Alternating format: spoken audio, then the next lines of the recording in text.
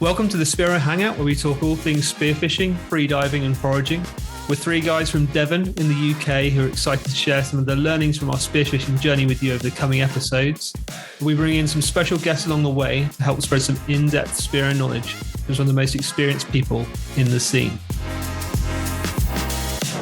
Hey guys, how you doing? Yo, how's it going? Evening. Lovely to see you. Yeah. Well, we're It's been ages again, this fucking weather. Yeah.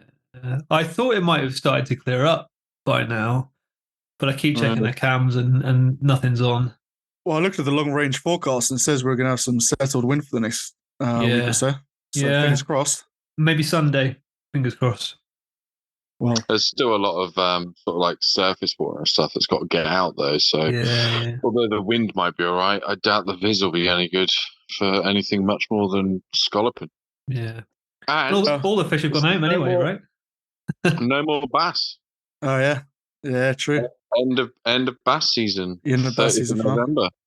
Yeah, it's weird that, isn't it? I feel like we should do like a end of season kind of. Well, I guess we are really, aren't we? Episode 20, and it's we've got quite a special guest tonight. We do. Yeah, you can make a guess, man. Like we've been. I don't know if you lads remember, but when we first started the podcast, do you remember us saying, "Oh, we'll get Dan Mann on at some point." I mean, that point feels like it's come super quick. Yeah, really quick. Yeah. We had a list of like a few people we wanted to get on, and I think we'll be quite a way through that list by the end of the year, right? Yeah, I can't believe we've interviewed 20 people already, man. It's crazy. Well, 19. I think there was one or two with just us, but yeah, that's mad. Honestly, it's gone so quick. But yeah, it seems to be doing really well, and everyone seems to be loving it. So yeah, it's awesome, man. Yeah, and as a special guest for episode 20, I think could have picked a better person.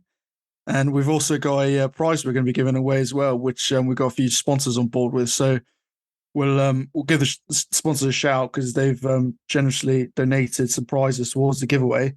And so it's Optical, UK Spearo, Bearded Spearo, Yakita, and Freedivers Co.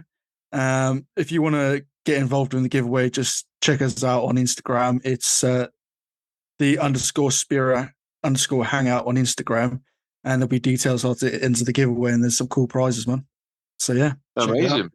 That's really cool. So we got a tin of Optical. We've got Yakita sponsoring some merch.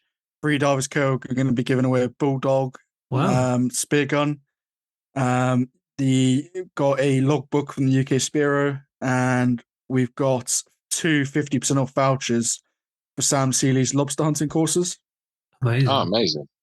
Yeah, so we've some really good prizes, man. And get that in over the winter, I think, with Sam. Yeah, I know. Yeah, I keep saying to you lads, like, we need to try and get out there with Sam, but just trying to find the right time. That's it. Like we were saying, time, viz, and yeah. It seems like for us three, work has gone mental as well. Yeah. So it's like, thank God there has been lots of wind and shit viz because work's been chaotic. Yeah, not just that, but work and the podcast. Yeah. Just everything takes up time, doesn't it? But yeah, I love it. It's all good. Yeah, it's awesome. Sweet. Well, I'm looking forward to this episode, lads. Yeah, so we recorded the episode with Dan Mann yesterday. Rich, you were a little bit poorly, weren't you? So it's just me and Anthony taking the reins for that one. Yeah, I'm sorry to all the listeners. And for those of you that can't see Rich at the moment, he's licking his wounds, feeling very sorry for himself in what looks like his missus' dressing gown. And it's not far off, man. Exactly, yeah, it's like pink with silver speckles. It's very pretty. It's so pretty, but also you're a massive pussy bitch and you missed out on the podcast. I know. I'm gutted, honestly, but I was in just far too much pain. But yeah, I'm having my wisdom teeth taken out tomorrow, so it won't be no diving for me for a couple of weeks, unfortunately. So yeah. Well, we hope you get better soon, and yeah. Cheers, lads. Fingers crossed they stop the pain and infection and all that shit. But yeah, let's get Dan on. Hey Dan, can you kick us off by letting everyone know who you are and what it is you do? My name is Daniel Mann, and I go spearfishing, and I make videos about said spearfishing escapades, and that's about it, really. I put them on Oh, YouTube. welcome to the podcast. Thank you very It's, much for having me. Episode 20. Obviously, we wanted it to be a big name, and I don't think we can get much bigger in the spearfishing world and the cooking world of spearfishing than Oh, man. That's very kind. I know that we have on with us one of your very big fans. I think Ben is going to be the starstruck one. Yeah, mate, I have to be honest. I think you're probably one of the main reasons I got into spearfishing. I've always loved fishing and I've always quite fancied trying it. But it must have been lockdown. I started watching your videos and I just thought, wow, that recently. Yeah, I just sort of got to give it a go. It's it's the same story for a few others, but yeah, your videos, JPK's videos, just kind of set me off. I had to have a piece of that. So thank you for getting me into this wonderful sport. You're very welcome. Yeah, that's awesome. Yeah, tell us a bit more about sort of your spearfishing life, your journey. How old you are, how old you were when you started. I take it from the accent, and obviously knowing your YouTube, you're not an English person or a UK person or a Brit. When did you start? To clear that up, I am half British. My mother was born in Sheffield, immigrated to Australia when she was 6. So nice. I'm a citizen, got a passport for this. Have you got dual passports? Yeah, I got 2. Yeah. I mean, the UK one was very much a lot more useful prior to Brexit, but alas. Anyway, we're not going to go into the Brexit topic. Yeah, good old Brexit. But yeah, born in Australia. And actually next year, officially 20 years of spearfishing. I went back through my photos. So I started in 2003, just following my brother as he was doing spearfishing after university, and being like most tight-ass university students, he was either tossing up spearfishing or windsurfing, but an uncle had a spear gun, so he didn't have to lay out any cash. So he went the spearfishing option. But my granddad and my dad have been line fishing for many years up in North Queensland, so quite familiar with fish. So I didn't really have a lot of learning curve, learning fish species and how to fillet and all that sort of stuff. So it was pretty easy to slot into when I was 15. Yeah, 34 next year. So that's a while. You're younger than me. Oh, now I feel old. You're not as old as Ben though. Only a couple of years on you, mate. I feel every bit of 34 or 33 at the moment. It only gets worse. Yeah. Oh, big time. Yeah. I swear. How long were you spearfishing in Oz?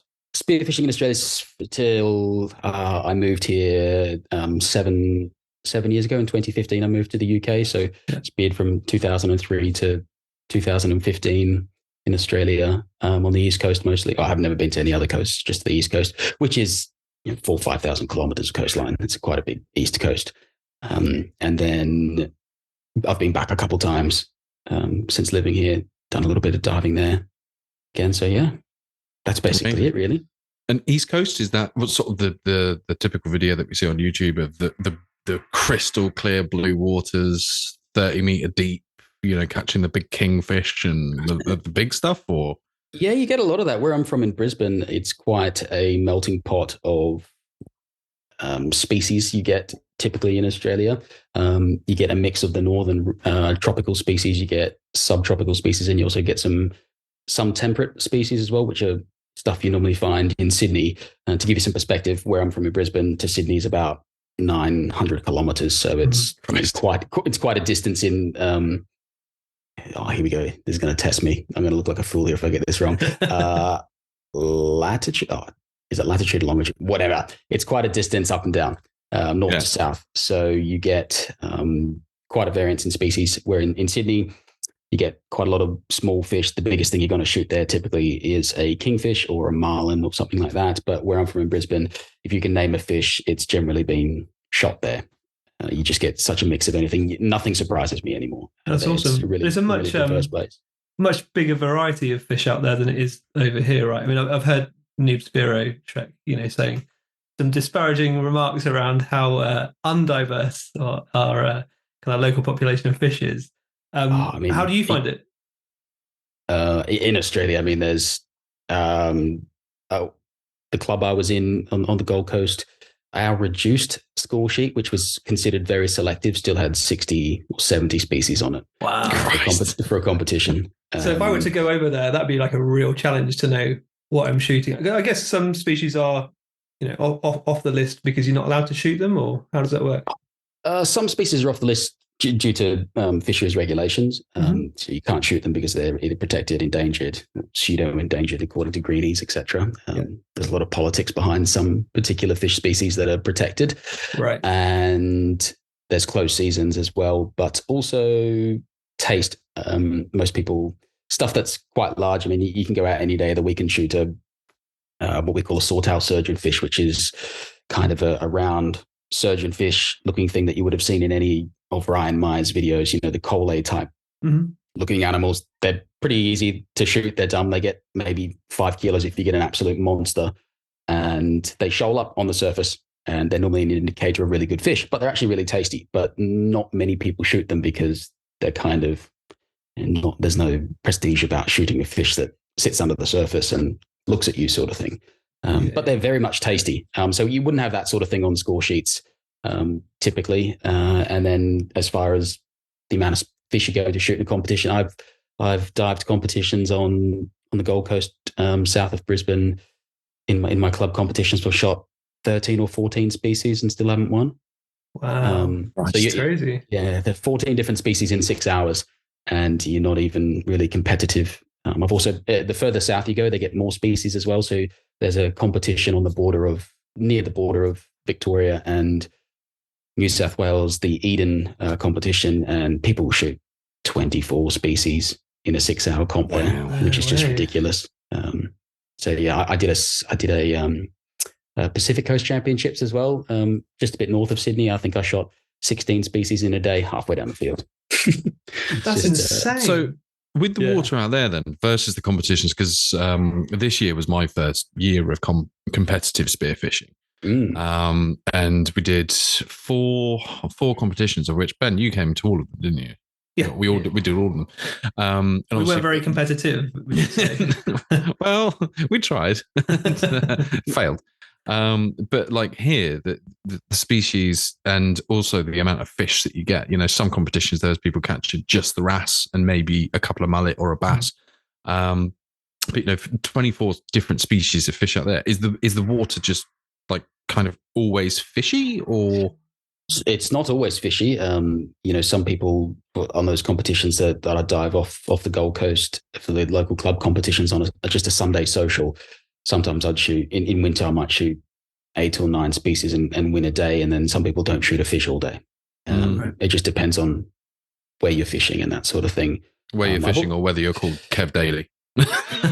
Yeah, whether you can just call the fish in and just tell them where to be. But yeah, it's I grew up doing a lot of competition diving, and I think it's when it's done like in a really selective way. I mean, one fish per species is great because we have the ability to do that in Australia, but because you have only one fish per species, you're not just constantly hammering the same things. You're spreading the load out, I guess. It's kind of here with the bass, people, that's generally the first thing somebody goes to target. And when you're in a competition, you shoot your bass and you crack on for the next 6 hours, not just trying to shoot another one or a bigger one or something like that. So yeah. No, absolutely. I think hopefully that's probably the way the competitions are going to change slightly here in the UK, or at least something that I would push for personally. Because I think that the UK style, the reason why they do it the way where you have 10 mullet, you can shoot 10 mullet, you can shoot 10 pollock, etc., is to align with the international competitions, so the World Championships and the Euro African Championships that the UK is eligible for, because that's the style of the competition, and that's another reason why they've allowed GPS in the UK, because you can do that in all your international competitions. So why not train for those major competitions in the same format, or a very similar format, apart from the swim off factor. Yeah. So cool. And you've taken part in quite a few competitions. One of my favorite videos is it the Scorpina Cup in Denmark? That was like an epic competition. That was super cool. That was the first one they'd ever did that I went to, because I knew a Finnish mate of mine that I met in Australia, and he said, "Oh, do you want to go to this?" And I saw it advertised on Facebook, so I said, "Yeah, let's give it a go." And yeah, really fun. The Nordic competitions, if you ever get an opportunity to go to anything that involves the Finns or the Danes or the Norwegians, you're going to have a good time. They're just super friendly. The competitions are just absolutely magic. Yeah, I really, really enjoy them.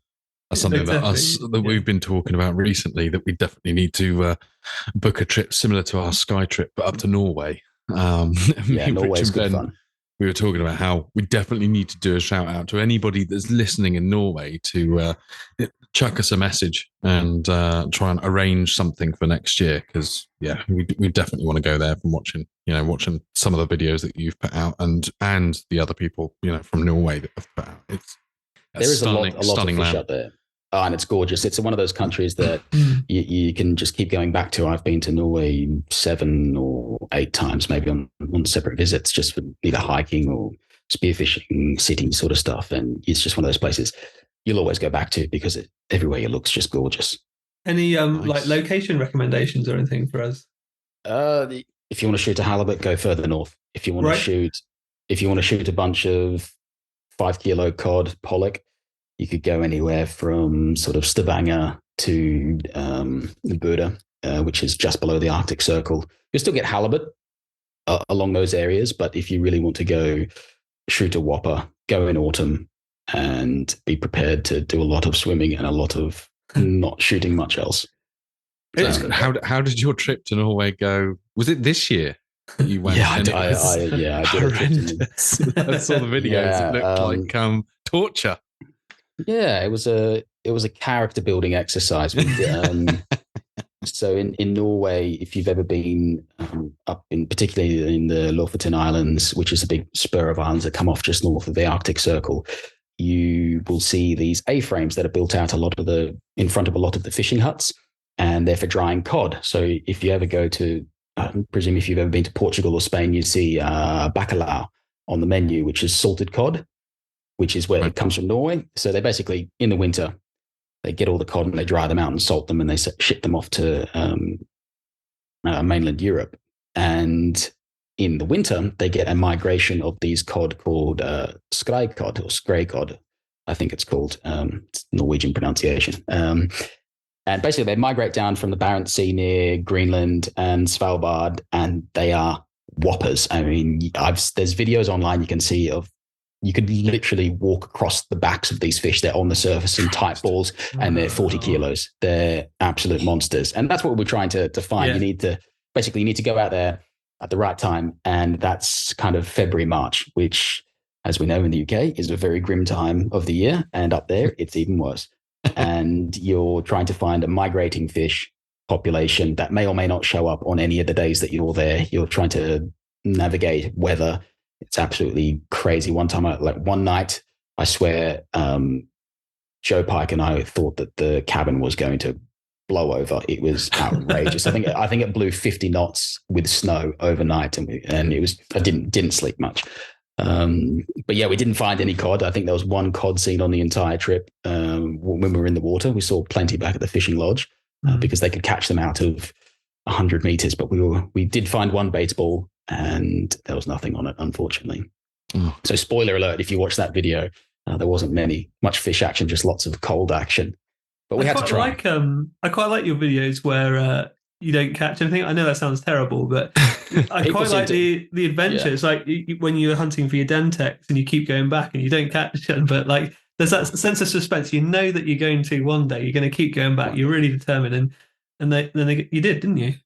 I think it's very relatable for people to not get what they're after. I mean, I kind of liken it to watching the Red Bull free ride when you see all these skiers and snowboarders and they're doing, backflips off, the side of the Matterhorn and all this insanely cool stuff, but I'm never going to do that.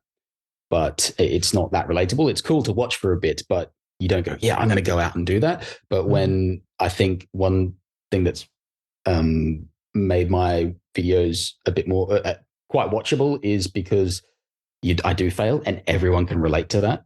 And it's so relatable, whether you've just started spearfishing, the feeling of going out there and not catching anything. And the reality is that happens to everybody all the time. And it's just I think people feel that they're just a bit more encouraged that, it happens to everybody. It's not always a day you're going out and shooting a trophy fish or something that you really want. See, well, one of the things that I've, as you say, that I love about your videos when you don't catch is also how much you bring in the nature aspect with your drone and the footage that you do of the place that you're visiting. And I love your cinematography. We'll go for that. Yeah. Yeah. I have to fill in the time somehow, don't I? If I'm not shooting fish, I got something else to watch. I love that part as much as I love, seeing the spearfishing. And so, yeah, no, I think you've done, you're obviously doing fantastically with YouTube. But no, Some Christ, days. I like Ben says, it's good to see when you don't catch. Because if it was just catching fish, it would It's a probably bit boring, get a I bit think. samey. Yeah. Yeah, like I think maybe 5-6 years ago, the kill montage was very popular that's the most of the spearfishing videos you were seeing was just 5 minutes of shot after shot after shot. And I got a bit frustrated. I think because when people would ask me what's spearfishing, and then all you'd have to show them is just you pulling the trigger, and they go, "Oh, that's cheating." And you're like, "Oh my gosh, why is this not being explained better?" So that's why I think one of my first videos that I did when I was starting YouTube, I wanted a very poor video, but it was just trying to give some context to something, and because I held up a photo of a red emperor that I'd shot, but if you just see a photo of something, you've got no context about how it got there. And so, but that particular one, I was diving on a very small spot with a mate of mine, Tim. I watched him shoot this red emperor underwater at about 28 meters or something like that. And I saw his spear fall straight back out because he is terrible on gear maintenance, and his flopper didn't engage and just pulled straight back out of a 10-kilo fish. I saw it go through and then came straight back out. And the fish came next to me, and I was between the fish and a ledge under the rock, and it sort of paused for a second to assess what I was. And then I twatted it and and then got back to the surface. So it's kind of, I think I gave him half of the fillets on that one. That seems reasonable.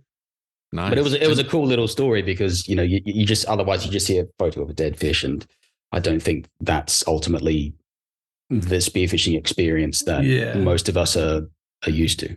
No, and it's not just about the challenge, right? It's also about the scenery. It's about the environment. It's about everything else. Like Anthony says, the people, the food, the places you are.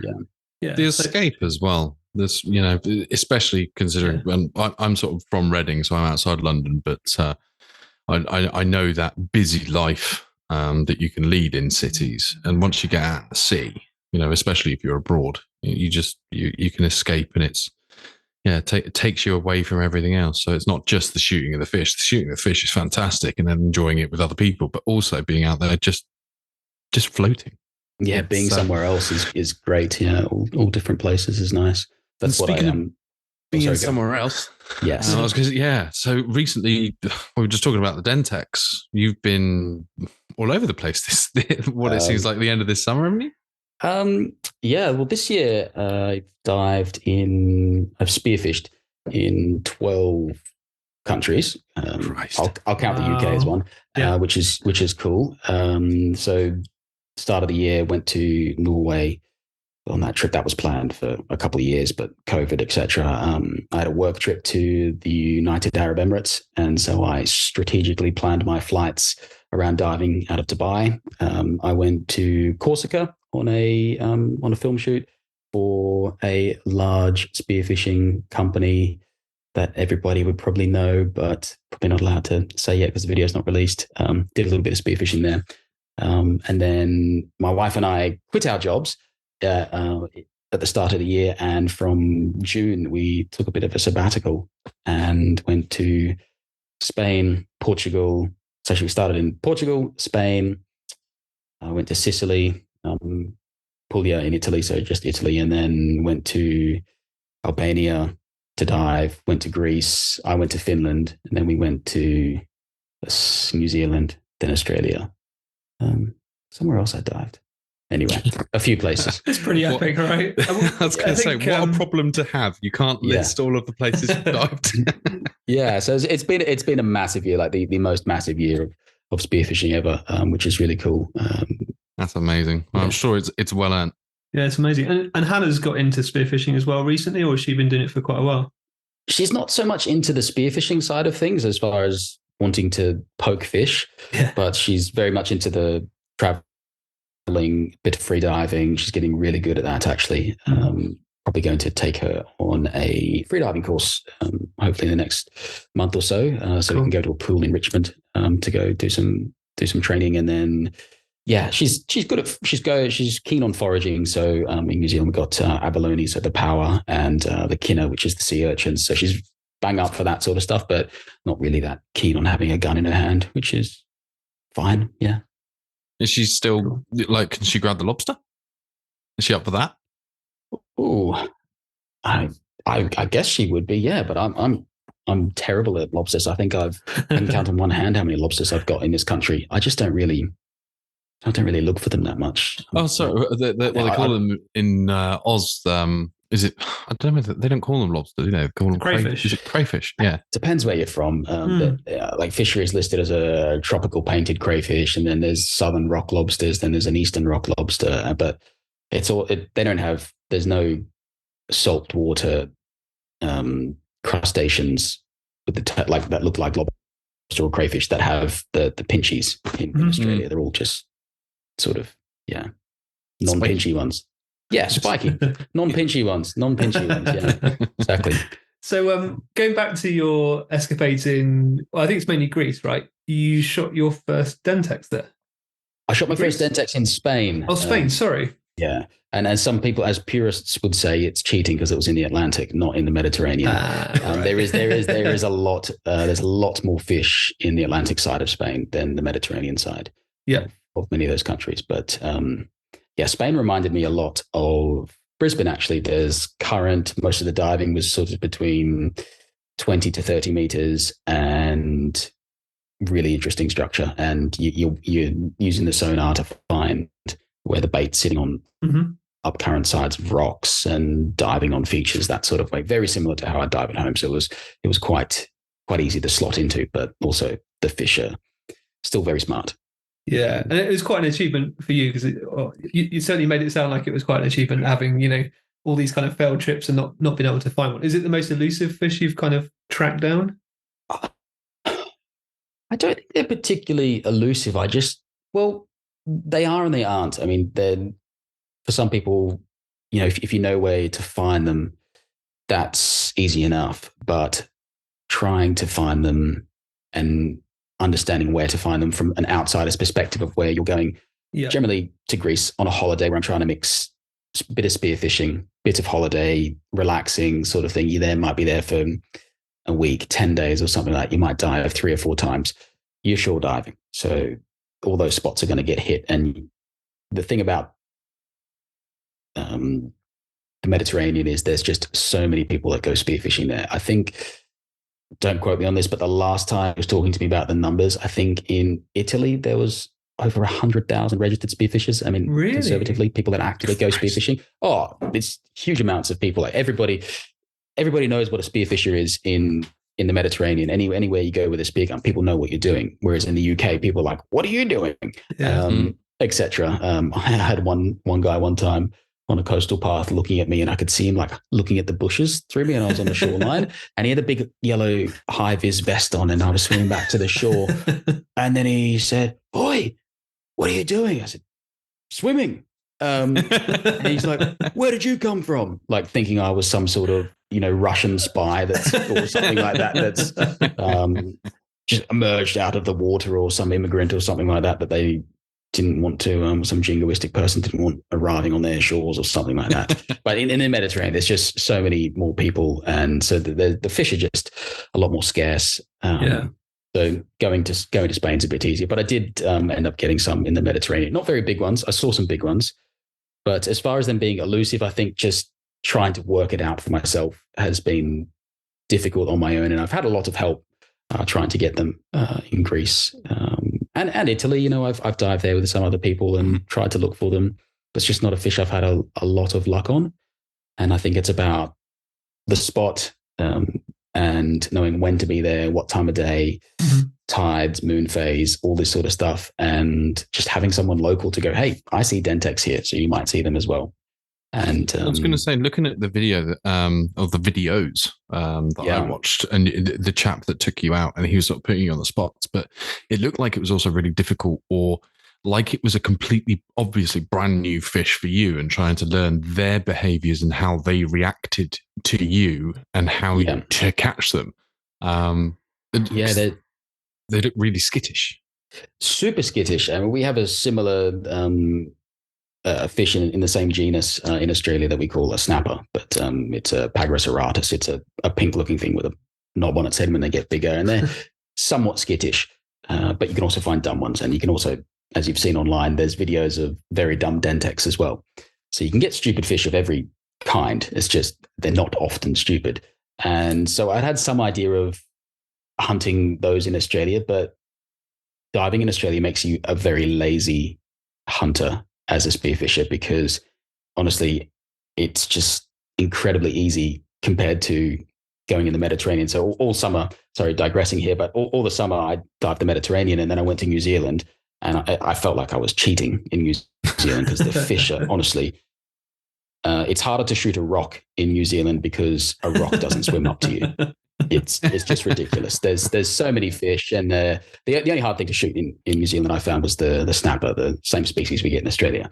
But yeah, the Dentex they're just very skittish. The water's very clean, so they can see you from a long way away. Whereas in Australia, sometimes you can get snapper in 5 or 6 meters visibility, and it's a bit easier because they come a bit closer before you can see it. Those things can see you from 20 meters away. They can feel you, and also you're trying to dive quite, for me, like a bit on the top end of my limits of what I'm comfortable spearfishing at. And yeah, you just don't get any second opportunities either, or very rarely. You see it and you miss a shot, that's it, spot's over. Whereas in Australia, sometimes you can shoot multiple snapper out of a school if you're on the right spot and the right conditions. So yeah, just very challenging. Yeah. The flip side, I guess, it's quite rewarding. Super rewarding. I'd first seen those fish on you won't remember this, Ben, but there was a magazine called Deep Worldwide by a Greek chap who's sadly passed now, but he would make DVDs on a magazine cover maybe 10, 12, 13, 15 years ago. I think it is now. Like, it's quite a while ago, and he was always making videos about these Dentex and how cool they were and elusive. And I saw those, and I was like, I'm going to shoot one of those one day. And I got a bit obsessed with them, especially moving over to Europe. I thought, well, I'm going to have a crack at these. And I thought, yeah, I'll go to the Med, I'll shoot one. They can't be that hard, but oh my word, it's just, for me, very difficult fish. But I feel like the monkey's off the back a bit now, so I could probably relax and maybe a bit more successful. That's cool. You got any other elusive fish that you're after? Well, there's a pink Dentex, a Dentex gibosus, and I saw one in Zakynthos when I was there. It's a Pargo, they call it. And if you want to shoot one of those, you're best off going to maybe the Canaries or something like that to target them. But I'm not utterly obsessed with them. They look cool, but I could die happily not shooting one. I don't know. Tasty fish? Yeah, pretty tasty. The Dentex, they're pretty good to eat. I wouldn't say they are out of this world, great to eat, but they're very fine table fish. But nice. I wouldn't say any better than a bass or something like that. Apart from the taste of success, that's about the only thing giving it extra zest. Which is pretty sweet. You shot a nice amberjack on a shore dive for the Med as well. I think that was the one where you took it back and cooked it up in the fire pit. In the grill. It just looked amazing. It was pretty tasty, actually. I mean, I would have rather eaten the amberjack than a Dentex, to be honest, after tasting that. But for an amberjack, I've got a very skewed perspective on amberjack, because in Australia, where I'm from, you can't really shoot them that much. In Brisbane, like, we often get a high fin amberjack, which is a slightly different species. But I saw a bunch off Brisbane when I was there in October. You'd see them 7, 8 kilos, and you're like, whatever, you just keep swimming past them. You don't That's worry weird, isn't it? You can't even. It is weird. That. So when I shot that amberjack, I was like, it's like a 6 kilo amberjack. This is cool. But I was like, oh, I'm in the Mediterranean. This is actually cool. So it's all relative, which I like as well. And I like understanding the significance of fish in one part of the world versus other parts of the world. I mean, I shot a barracuda in Greece, and I've never met a Mediterranean spearfisher that won't shoot a barracuda. But then I posted some videos about it, and everyone's giving me, who's this idiot? Who's this dickhead that's shooting a barracuda? Really? Who's this loser? Why would you shoot one of those? And I'm just like, it's just clearly, if you're going to eat it, what's the problem? I don't understand it was that at all. Fantastic sashimi. Yeah, really. I've had it in a pasta before. Pasta for all those UK listeners. Some things don't change. I've had it in a bucatini in Italy before, and it's fantastic to eat. But I really love learning that part about spearfishing in different places. Is I guess it kind of keeps you a bit grounded and humble about people's catches. Because it's easy to hate on someone in the UK going, oh, you shot a wrasse, you're an idiot. But in the Med, people love those things. No, I'm not. I would never hate on anyone for shooting a wrasse. I love wrasse. I've shot a handful of wrasse, and I've enjoyed eating every single one of them. I mean, people often use the argument, oh, they're too dumb to shoot. There's no challenge in shooting it. Like, well, I would say there's not a single person that says that about wrasse that would swim over a 5 kilo turbot on the grounds that it's too easy to shoot. Yeah, exactly. The same with plaice and any other flatfish, or lobsters and crabs. Lobsters and crabs for me personally, or scallops. There's another thing. Scallops don't run away. Like, well, are we bad people for catching scallops? No, wrasse is lovely. But so, with everything that you've done in the Med, are there any tips that you'd give people going out there spearfishing, aside from just having a guide?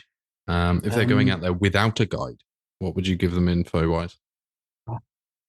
I would say try and get off the beaten path a bit. Everywhere that's easy to get to is everybody's going there. I mean, I've done some big shore dives. I think when I was in Rhodes, I did a shore dive. I swam around. I lost a Dentex there once. And some of the holes that I was looking in afterwards had spear shafts in them. I was like, freaking hell! Like I've swam a long way here, and then there's somebody not only spearfishing there, but had a red hot go that they've lost a shaft inside a cave by shooting something on a shore dive that's 1.5 kilometers from the nearest beach access point. I think this place does get shot up a bit, so I would go with low expectations, and I would probably just enjoy the clear water, but also have to be quite careful in that clear water, because it's so easy to get into deep water very quickly and like unknowingly, especially when it's warm. I mean, when I was there, there's some places are diving in. Oh, actually, that spot in Zakynthos where I shot the amberjack, I saw that pargo. I saw it at 28 or 29 meters, and I saw it go over a boulder, probably into 35, 40 meters, which is a hell of a long way down. But you're there, it's warm water, you're in a 3 mil wetsuit, it feels like you're wearing nothing. I've got 1 kilo of lead on my belt, and it's very easy to try, you just have to be very careful about what you're doing there, because it's so easy to just go, oh, I can see the bottom, I can get to it, because generally anywhere in the UK, if you can see the bottom, it's not deeper than 15 meters most of the time, which is, drastically safer than 35 meters. So that's one piece of advice I would say. Just be careful of the clear water. Take scissors, because there's heaps of lionfish out there. So if you don't shoot anything else, you can shoot lionfish and just cut the spines off when you're out there. Take scissors on your float. Just buy some from the shop or take them with you, because they're delicious. They're probably the tastiest thing to eat there, actually. And what else would I say about the Mediterranean? Everything has to be slow. Everything has to be calculated. It's a real art form, I guess, of diving. It's really hard to explain why it's difficult, but I just think for me, everything has to go right. Whereas in the UK, I've done some horrible dives where you hit the bottom, you kick up sand, you belt your fins on a rock, and then a bass comes out and says, hello, and then you shoot it in the face. That doesn't happen. It's just not, you're not going to get lucky in that sense. So, but it's a really great training ground because it forces you to adapt or, give up. So I've gone for the long adaptation route and finally shooting 1 or 2 fish in a trip, which I'm happy about. Yeah. Nice. Epic. And those films are epic. What kind of, what was your drive to get started with filming these things? And did you see it leading to where you are now? Never saw it leading to, I didn't see it leading anywhere actually. In 2012, I think it was, or 2011, 2012, maybe. I think the GoPro Hero 3 Black came out, and all my mates that I was diving with, which was about 3 people, my mates that I was diving with, they were all filming with these other contour cameras, and they were sending their clips into a spearfishing magazine in Australia and putting a DVD on the cover of the magazine. And I thought, if everybody else is filming, sure, I'll give it a go. And then my wife, fiance at the time, now wife, her family, and she and my side of the family all put in and got me a GoPro for Christmas. And I just started filming stuff. And then I think it got to about 2 years later, and being a very obsessive person, wanting to make things the best and they possibly could be, I thought, we need to do something other than kill shot montages. We need to make these videos great. And then I bought a mirrorless camera and just kind of taught myself from YouTube tutorials. And then end of 2015, moved to the UK, didn't have a job for a while, and I was sick of being an electrician. And I thought, well, maybe I can start a new life here, being a cinematographer or something like that. And so the only thing I could practice on editing and shooting was my spearfishing stuff. So I thought, oh, great, I'll give that a go. And then a couple of years later, managed to get a job full-time at a production company in London, hung up the Sparky tools for a bit, and just got a lot of training there, shooting 5 days a week sort of thing. So just learning either shooting or editing, and just accelerated that process, and tried to translate that into my YouTube videos. Just because awesome. What's your kind of workflow like? You obviously got a few different cameras. I've seen you got one on the head, sometimes one on the gun, sometimes your big camera on your float. What's your kind of typical setup? And also, what do you do at the end? Is it like put together in Final Cut Pro, or what's the? So typical sort of things I'll take. I take my mirrorless camera, which is a Sony A7S III, which is a crazy. Way too overkill for YouTube videos, but I love it. It's a great camera. I use it for work as well, so that's how I justified it. Shoots amazing video quality. I have a really nice 16 to 35 millimeter lens for it, which is wide enough on a boat, because despite you being on a boat, it's a very tight space to film on, so you need quite a wide lens. The autofocus on it is God tier, which is great because you can just hand it to someone and say, point this at me and I'll be in focus, which is great. So it's pretty good that way. Take a GoPro on my head, normally filming on my head. I don't really like the gun mount because the gun weighs to one side. I also don't particularly like the angle that much because as soon as, if you drop your gun, you miss all the action. Then I always forget. I don't know, I've just got this sort of instinctive habit now of filming on with a GoPro on my head for 10 years that, take my last... I hit the button on my head, take my last breath, snorkel out, and that's my dive routine. So if I dive without a GoPro, I feel really naked because I reach up, and probably a bad thing. Do you do it on a head strap, or do you have like a mask with a woggle on it? Head strap always, because then you can take it off. And there's a little trick with the head strap when you put it over your head. If you pull one side of the strap under and tuck it under your snorkel, it won't. If it does fall off, it's attached to your mask. I lost 2 GoPros prior to my good friend Timothy telling me, I did this technique after I saw you lose 2 GoPros. That's handy information now, mate. Funny you should say that, Dan, because I remember you giving that tip on one of your YouTube videos, or maybe it was a Noob Spiro. It was a video years ago, yeah. Well, I did that and I lost my GoPros. Yeah, I was going to say. Yeah. And I don't know what it was. With it tucked under? Yeah. Anyway. Oh, no. The funny thing is I found it the next day on the beach. Which was pretty lucky, but it's definitely not foolproof, is what I would say.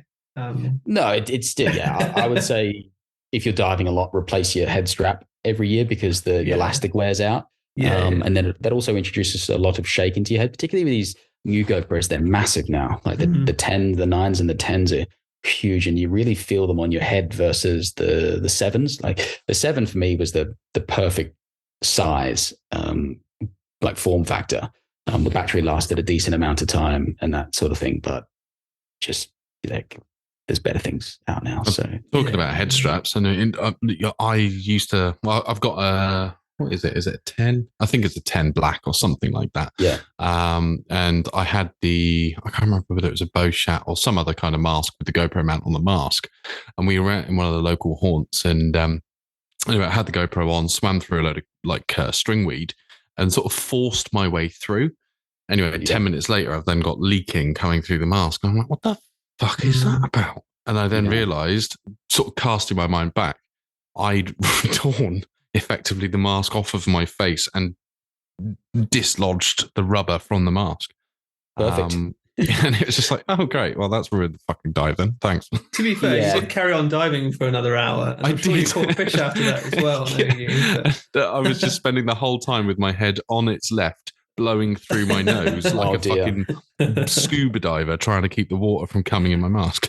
That's why I don't use a GoPro mask. I think just, especially in the UK with, like you say, kelp, stringweed, and if you're looking in holes, if you're further, in Sussex and that sort of stuff, looking at a lot of holes, Dorset, just bumping it on that could just really ruin a dive. Whereas if you bump it on your head strap, it may not be the perfect angle, but at least your mask is going to be on your head and that sort of thing. Plus, sometimes I take it off and give myself a selfie underwater or something like that, or on the surface, and it just makes it a bit easier to do. And then sometimes I have a big camera. At my last work, I had a Panasonic GH5 in a Nauticam housing, which is a big aluminium bulletproof housing thing, which produced stunning images, but quite a lot of effort to swim out on a shore dive with that on a float. And also, I can't justify buying one of those myself yet at the moment. I mean, that was for a specific job in Timor-Leste, which is in Indonesia. Well, it's its own country, but it's around that part of the world. I was there for a documentary about cetaceans, and they needed this camera. And the housing for the camera with the dome port was $3,500. And that's sterling. And then the camera and lens was only like $2,000, which is just mental. So all up, you're sort of swimming around with, basically a 2012 Golf on your float equivalently, that's the kind of money you spend, like $6,000 you're spending to swim around in your float. You think, geez, I hope I don't lose this. So I had the luxury of borrowing that when I worked at the production company that I did, but I took my sabbatical. I'm a freelancer now, but yeah, so that was saying cool. that the one of the instructors that I went out with Go Freediving Guides, the first course I ever did getting into spearfishing was a freediving course over in Tenerife, and Pash, who's really, I don't know whether she's really well known, but she's a bloody good underwater photographer, and she had one of these cameras in a full kit with the dual handles either side of it and the lights, and anyway, it was like $15,000. Oh, it's outrageous. It's like, fucking hell, you're only taking photos. Just take a GoPro. Just take your phone.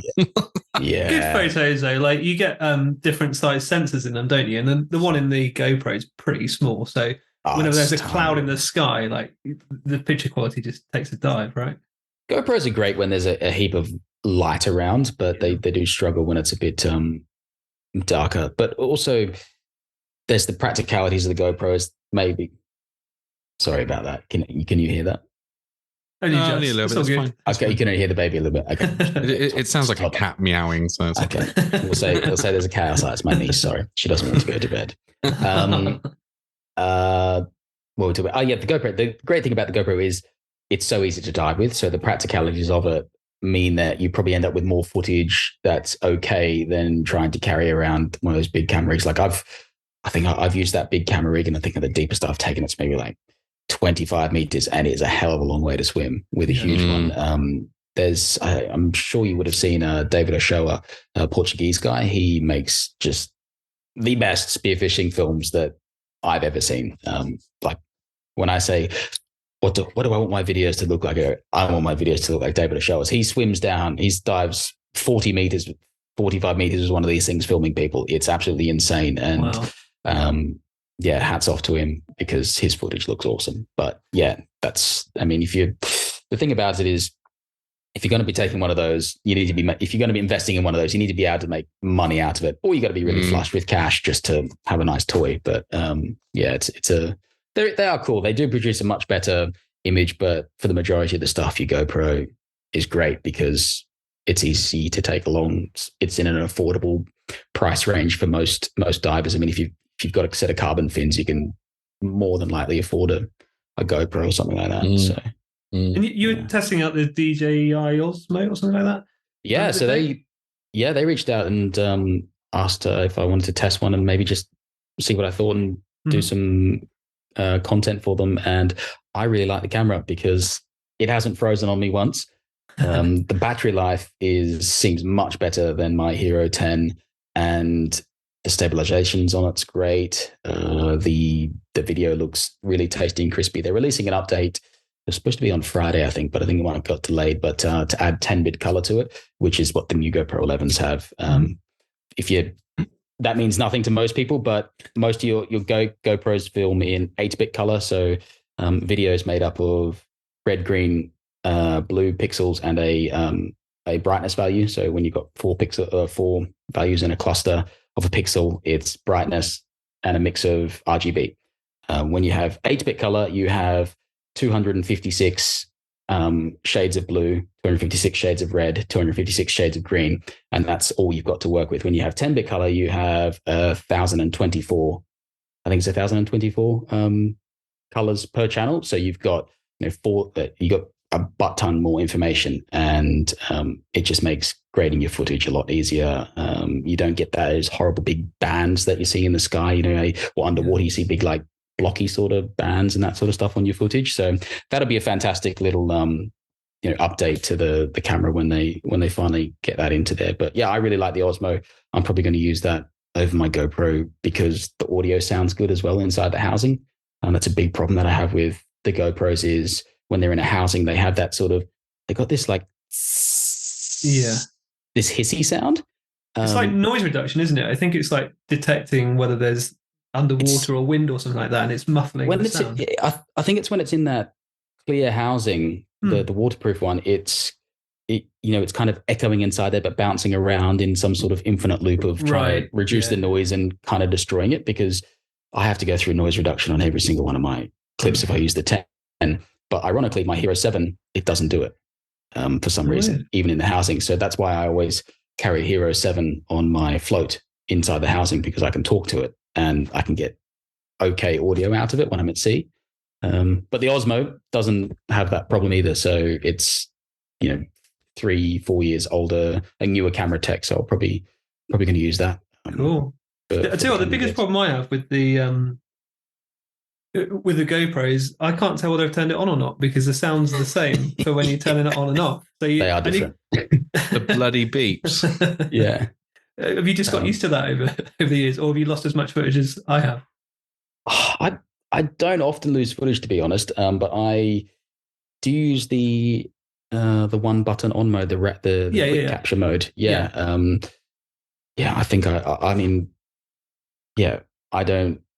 I always use that quick capture mode, and I think the sounds are different. I think at the end, they are. GoPro 10, it's like the thing that I think you get because you've got the beep beep beep, and then you got beep beep beep beep beep beep, and you got 3 or 5 or something. Yeah, it's a bit weird. Yeah, but it's when you're out diving, you forget that you have turned it on. Yeah, you then think you've already turned it off. You go to turn it on before you dive, and you're turning it off. And so then what you end up doing is recording every surface interval. It's like, you can get into a bit of a mare like that. Yeah. I think the easiest way sometimes with the head strap, you just pull it forward and look. You can just do that on the front screen. It's probably a pretty good shout. Yeah. That's a top tip. We were going to ask you, do you have any tips for aspiring content makers? That can be the top tip. Any more? If you're using your GoPro, if you want to extend the battery life, turn the screen brightness down to 10%, turn the front screen off, turn the tally lights off, so the red lights, because I don't know if it scares fish, but I just turn them off with an extra battery, put the screensaver on for 1 minute, so you can't entirely turn the rear screen off, but when it's on your head, you don't need the rear screen. So after 1 minute, it'll turn off. That should extend the battery life out quite a bit. Also depends on which frame rates and resolutions you record in to change your battery life. If you've got a GoPro 10 or 11 or a 9, I think, if you get one of the Enduro batteries, they're reportedly much better. I haven't used one yet. I was getting about 10 minutes more footage out of mine than the standard battery. So it's not a drastic amount, but it was. Not huge, yeah. But it's 10 minutes or something. If you don't forget to turn your GoPro off, you can get a decent dive out of it, really. Well, one of the first mistakes I made when I first got my GoPro was I was like, yeah, I've got GoPro. I'm into spearfishing. I'll put it in my head. As soon as I got in, I was putting my fins on. I was like, right, I'll press record now. Okay. And then an hour and 20 minutes later, I've done fuck all. It's like, oh, okay, I got to change the battery out. Instead, I then spoke, I think it was Ben actually, it said to me like, why are you recording the whole time? It's like, press record when you dive and then turn it off when you get back up. And it was like, suddenly I can record an entire day on one battery. It's like, oh, Christ. Yeah, there is a lot to be said for those. I think it was the old Hero 4 was the last one to have it, but they had a little battery mod you could put on because they didn't have screens on the back then. You could either put a screen on the back or you could put an extra battery, which doubled your battery capacity. And you'd know where I was diving in Brisbane with that. You'd know if you had a big day, if your GoPro was flat at the end of the day, because we'd be diving sort of 6 a.m. till 7 p.m. in the summer sort of thing. You might do 40 decent dives for the day, like in deeper sort of water and that. But if you were still recording at the end of the day, I mean, if it went flat before the end of the day, you'd had a good day. Nice. But yeah, they seem to favor having a screen. I like having a screen, but for the head mount stuff, you don't really need a screen. Oh. So your YouTube, how many subscribers, isn't it? How many subscribers have you got? 196,000. So that means have you got a plaque? Yeah, I got a silver. You've got a plaque. Holy shit! I got one in 2020 actually, in the COVID year. I got one in the middle of 2020. Well, what's the next I do have plaque? one. Is it $250,000? No, they don't give you a squat for $250,000. You get one at $1 million. You get a gold one at $1 million, but so it's 100,000, then $1 million, then 10 million, and then 50 million, then 50 million, and then they had to make a new one for Mr. Beast when he got to 100 million. I was going to say, we need to get you in touch with Mr. Beast and see if we can get some of his subscribers. Yeah. Well, I think it is a mind-boggling number when you think about 196,000 people. That's tweaking them twice over, just about, sort of thing, which is it's amazing. Which is nuts, but how many views do you get on average on a video?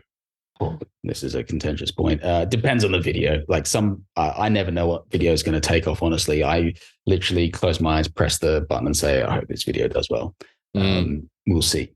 Some videos do well. I mean, I got more views on me having 25 minutes in Greece, not shooting a single friggin' fish. I've got 150,000 views on a video that's got no fish in Greece. And then I get a video of me shooting a Dentex in Greece and it gets a tenth of the views. I don't understand. Was the video clip thing of your chest? Because that's an enticing thing. Yeah. Maybe it is. Maybe I need to get my pecs out a little bit more. That's it. Clickbait. Sometimes I think you need to have boobs to get views in the spearfishing sector at the moment. But anyway. That's all right. I'm not going to comment on that. Yeah. I'll get in trouble. So what's next for the channel? Any big plans that you can tell us about? Anything in the pipeline that we can get a hint on? Well, I'm kind of freelancing, just doing editing and cinematography jobs at the moment, and then trying to treat the YouTube stuff a bit more seriously, like a full-time job, which I'm having mild success at trying to do. I'm working with my wife trying to plan out what's going to come out and varying audiences and that sort of stuff. So I will be producing a lot more content, and obviously over the summer diving in so many different places. I've got lots of videos backlogged. I think I shot 4 terabytes over the summer, trying to be conservative on the footage as well. But next video I've got coming out freshwater European Championships in Finland, which was pretty cool competition to go to on Team GB. And then I've got I think it's some of the coolest stuff I've shot in New Zealand. I did some really cool catch and cooks there as well. Dived some really cool places. Never been to New Zealand before. I was there for my sister's wedding, so it was really cool to go out with Jackson Shields, who's his dad's kind of like the don of New Zealand spearfishing, and his son. Apple doesn't fall far from the tree. Probably, those people that you meet that you are too nice and chilled and just a nice human. Like, I don't know if you're actually real or like there's, I don't know if you've ever met someone like that. Most of the time you meet those people, they're Canadian. But this guy, him and his partner, just incredibly lovely. I also went out with another guy on Instagram who messaged me and said, "Hey, I dive this place called White Island. It's incredible. Love to show you around." I said, "Sure." So we went out there and it was incredible. It's a volcano that's still live, and 50 clicks offshore. Really cool sort of area to dive. Shot some cool fish, and then Australia did the usual sort of stuff. Oddly, I wasn't that excited about diving in Australia because I think my sensory overload of diving all these new places in this year has kind of made it. When I go back to Australia, I'm a bit like, yeah. It's a really. Yeah, it sounds very sort of arrogant to say that I wasn't that excited, but yeah, something about, I don't know, I just, not that I've been there and done that as such, but I mean, there's so many things I would love to do even off my hometown and the fish that I like to shoot, but I think it reinforced, it was more about just hanging out with good mates. I mean, that was better than the actual diving. I mean, there was one trip I did, probably my best dive mate there, Timothy. We went looking for barramundi, and it was just nice to be out with him on my boat. I mean, we both shot barramundi pretty early on in the day and just spent the next 8 hours, just looking at different spots and chatting. And it was just really it was a 13.5 kilo barramundi is, the holy grail for barramundi fishermen is a meter long fish, and it's like 1.6 meters. And I've shot a bunch that size, and I was like, oh yeah, I was pretty stoked because I hadn't shot one in like 8 years or something. But also at the same time, I was like, oh, just maybe a bit more into being with people and taking it all in and being out there rather than just going, I want to shoot a trophy or something every time. Maybe I'm just getting old or something. But yeah, it just reinforced that I wanted to. I like sharing with family because I came back and I've got a fish that's the size of my nephew. And he's trying to hold it up, and that sort of stuff's cool because I got a new appreciation for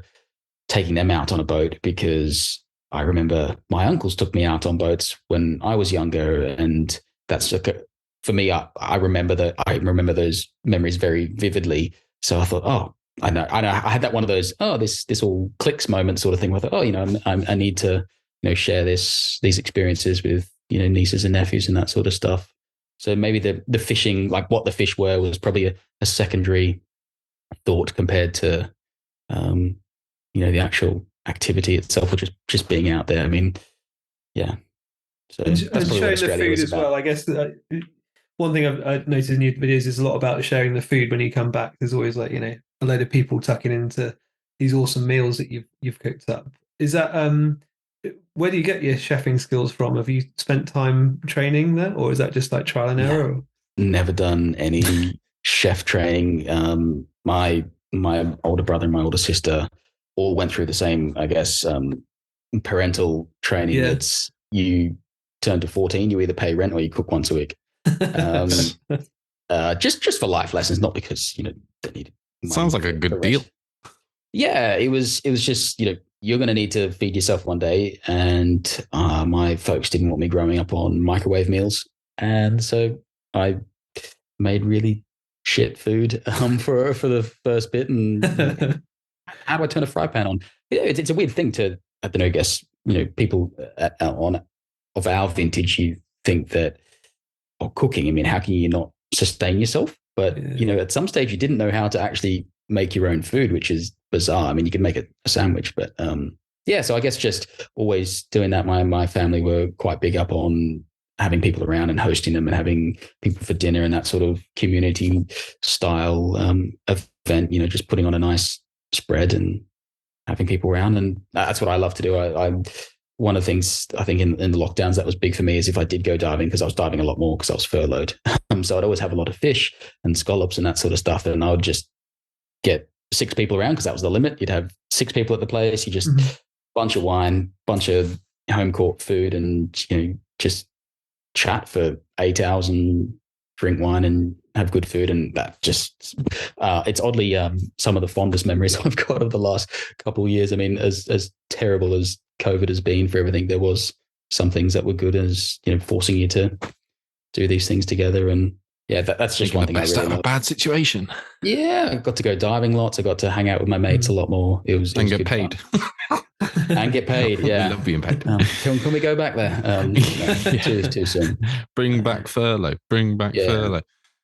So you mentioned scallops there. Yes. Do you do any other kind of foraging other than just scallops? I tried for razor clams once because I saw the two pipey hole things, and I took a video for Joe Pike. I'm good mates with Joe, because he's quite good on the razor clams. And he said, "Oh yeah, they look like razor clams." I went there with the salt, and they weren't razor clams. They were some giant. I think they're like a big gaper clam or something that has a similar looking. I didn't get anything, so I gave up on that. But I haven't really done anything other than scallops. I'm a bit wary of mussels because everyone says that if you get them off the wrong thing, you're going to die and all that sort of stuff. What else? I'll have to make you a proper mole mariniere someday with the proper with the scallops from the Torbay. Not scallops, sorry, mussels. It's really. Did you just give away a scallop spot on the podcast? No, we can say Torbay. Torbay's huge. But yeah, no, the mussels from Torbay are really nice, especially if you get them from the right places. But again, I think we were talking about this last episode about getting them in the month with an R is fine. Yeah. And as long as they're not sort of estuary bound, then as long as it's not during the summer months, they're pretty decent. We have a similar month with R thing in where I'm from in Brisbane. If you don't get crabs unless there's an R, unless there's an R in the month, because then it's summer, so you don't get them otherwise. But I did just remember then I foraged a green lip mussel off a rock in New Zealand at a place called Hot Water Beach. There's a geothermal vein that runs under the beach. I don't know if you've ever been there. You're nodding like you've been there, Ben. Well, I've been to New Zealand. I really want to dive there. That's on my bucket list now. But no, the fish are so easy. You'll shoot heaps of fish. But there's this hot water beach, and you dig a hole in the sand, and it's like freaking burning hot. There's some pools that you dig, and they're too hot to be in. I thought, wouldn't this be cool if I can cook a mussel in this? So I nabbed one of these mussels off the thing, and then dug a hole in the sand. It was freaking really hot, and then put the mussel in. And I'm like, oh, don't lose that spot. And I was like, oh, this is a great idea. This would be a cool little YouTube short or something like that. Filmed it on the GoPro just there, and then got the mussel out and realized when it actually cooked, it opened up and filled with sand. So then I ran back down to the beach and washed it off, and then it was cold. So I'm like, is it actually cooked? And ate it, and it was full of sand. And but the mussels looked really tasty there. So you can always try again. It's fine. Yeah, you can always try again. Yeah, but not really much of that sort of foraging where not like fish locker style where you're eating like getting crabs and lobsters and that sort of stuff on low tides. And that, I guess if I'm going to make the journey to the coast from London, I'm going spearfishing. Yeah. No, nice. And so spearfishing and sort of how it varies internationally, I'd say obviously UK, Oz, and all of the places that you've been. Where's your favorite? I mean, they're all so different for many different reasons. I mean, like Australia's great because there's so many different species. It's easy to shoot a big fish. I don't care what anyone says. Shooting a big fish is a nice feeling. Shooting something that's 5 kilos sometimes generally feels a lot better than shooting something that's 1 kilo. That's just the way it is. So there's lots of fish there, although butt ton of sharks off Brisbane now. It's outrageous the amount of sharks there. So I didn't really enjoy that much this time around. Never used to be like that. New Zealand, really cool because it's shallow. Most of the stuff, there's a load of different species that I've never shot before. We get some of them in Australia. So some of them you only get in New Zealand, some of them you get in Australia as well. So I was just shooting anything that I'm like, oh, I'd only ever get that if I was in Southern Australia. So I was shooting all the temperate fish, much to Jackson and Sophie's delight, because they're like, yeah, you're a tourist, you're shooting these fish, because they don't normally shoot them. New Zealand's great for that because it's just easy to get a feed, and the amount of quality seafood that they have on offer there is awesome. So if you want a place just to go get a feed and have fun, New Zealand's it. Except they probably do get a great whites. I didn't see any sharks when I was there, but there's seals everywhere that I went. I was like, if there's great white jelly beans, there's great whites somewhere. But I also love the UK. There's such a variety of easily accessible, tasty stuff. Scallops, lobsters, crabs. You get the spider crab march in. You get bass are great to eat, and pollock, they're fun to shoot. You get the occasional gilthead, and it's relatively shallow water, but it's cold, so that's maybe a negative for some people. And then there's not, generally speaking, not any sharks to worry about in the UK. Just the Mediterranean, it's great because it's clear, it's often warm, but there's not many fish to supplement that. There's you're the unluckiest person on the world if you see a shark in the Mediterranean. In that sense, but it's also very rewarding when you do get to fish. So it's hard to say like one is the favorite place, but I mean, I guess if you told me that there was only one place I could dive again for the rest of my life, I'd probably have to say Brisbane though, just because anything can happen. Amazing. Cool. Yeah. Oh, I think we're going to move on to listeners' questions. So yeah, here we go. Yeah. Well, how big is it? Well, normally we have, what is it, like 2 or 3? I thought that was going to be a listener question. How there big is are it? 4,300 questions. Look out. Fire away. We've got about 15. We'll take it in turns, mate. You kick us off. Ben, you go for it. All right. Any advice for those trying blue water spearfishing for the first time? Don't pull the trigger until you can see the eyeball of the fish, because otherwise you're not close enough, generally speaking. When you think you're close, get closer. A lot of those pelagic blue water fish, wahoo, Spanish mackerel are kind of a blue water fish that you get them on reef. And anyway, a lot of those fish, they're big, so they're not going to bugger off quite as quickly as reef fish. So you can, put in a few kicks just to close the gap, often on those, like wahoo particularly. But most of the time with wahoo, they're going to swim up to you anyway. Kingfish as well, you can put in a big kick and get a bit closer to them. But you really want to be able to see detail. If you want a great example of how not to do it, I have a video entitled My First Time Spearfishing Dogtooth Tuna, where I didn't shoot a single wahoo in 10 days in Tonga, and I probably shot at a dozen. And some like whoppers, like some of them were just absolute logs, like 30 kg plus.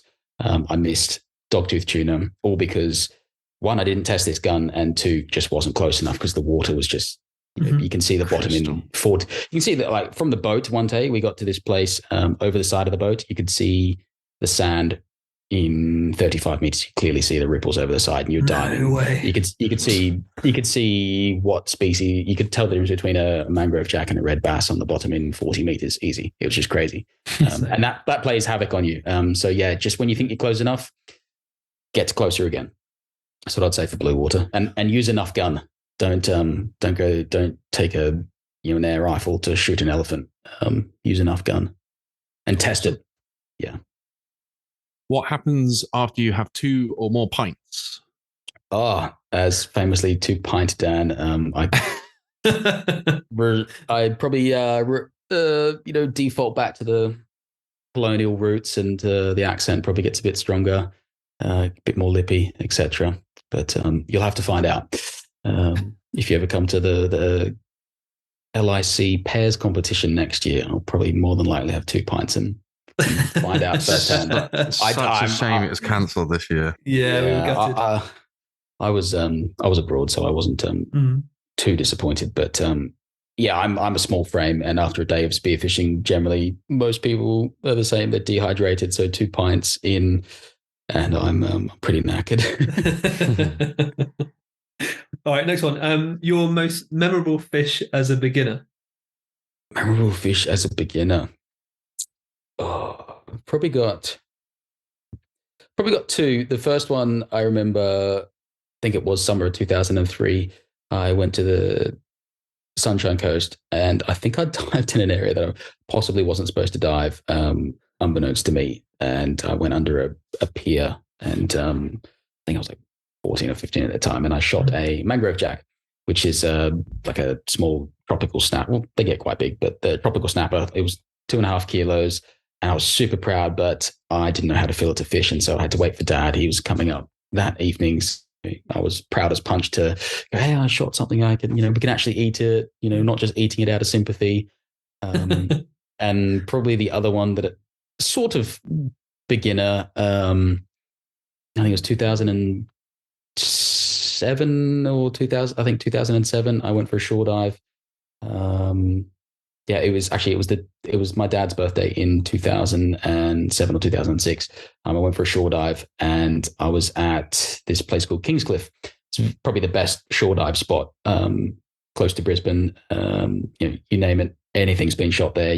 I've seen mulloway, marlin. I've shot wahoo in 11 meters of water. I've shot Spanish mackerel, snapper, all sorts of stuff. And I was there, and Ray Powell, who makes dive R fins, he was in my club, and he just drove past the car park as I was suiting up, and it was howling northerly. And when you get a howling northerly at that time of year, the water's green and dirty and cold, and generally not going to shoot anything. And he said, "Oh, you're wasting your time. It looks pretty turd out there." I was like, "Yeah, well, I'm here now. I've driven an hour and a half." I went out, and I got just behind the back line, and because I was worried about the current, I swam on a different direction, came across a rock, and swam up to this rock, and I was like, "Oh, there's a Samson fish there," which have a bit of a whitey blue tail. I'm like, "Oh, Samson fish has got blue dots. Holy crap, that's a big snapper." So I just shot this, I think it was like 5.75 kilo snapper. 10 minutes into a shore dive in 12 feet of water sort of thing. And then I was like, "Oh, this is awesome." Put it on my float, and I kept swimming. And then I got circled by this massive vortex of giant trevally. I don't know if you've seen those. The aluas, they call them in Hawaii, big silver, blacky looking things. And the only time you ever see those at that reef is when it's really fishy, and it's always really sharky. So I saw this massive shoal go around me, like 40 kilo fish. And I was like, you know what? I'm not going to shoot anything better than this snapper. I'm going to go in before it gets eaten. And so that was just, it was one of those things. I was there. The conditions were turd. I went out and got a cool fish. And it was probably like the best fish I'd shot for ever at that time. And it was just, yeah, I did it on a shore dive. It's always awesome. More rewarding on a shore dive. Nice. How do you go about planning your videos before filming them? If I'm making a tutorial video, I like to go old school and pen and paper it down. Like when I did a video about should you use a reel on your gun, I just went and tried to list all the things of why you should, why you shouldn't, and then try and make that into a logical order. But for videos such as the stuff I've been doing recently, where I go somewhere, it's really hard to plan out because you don't know exactly what's going to happen. You know what you'd like to happen, but it's kind of hard sometimes to plan it out. So sometimes, like that Norway trip in March, I was like, in my head when we were going there, I was like, yeah, this is going to be so good. We're going to go there. We're going to shoot 40 kilo cod. We're going to smack some halibut. This video is going to be epic. Day 4, I was like, what am I going to do for a video?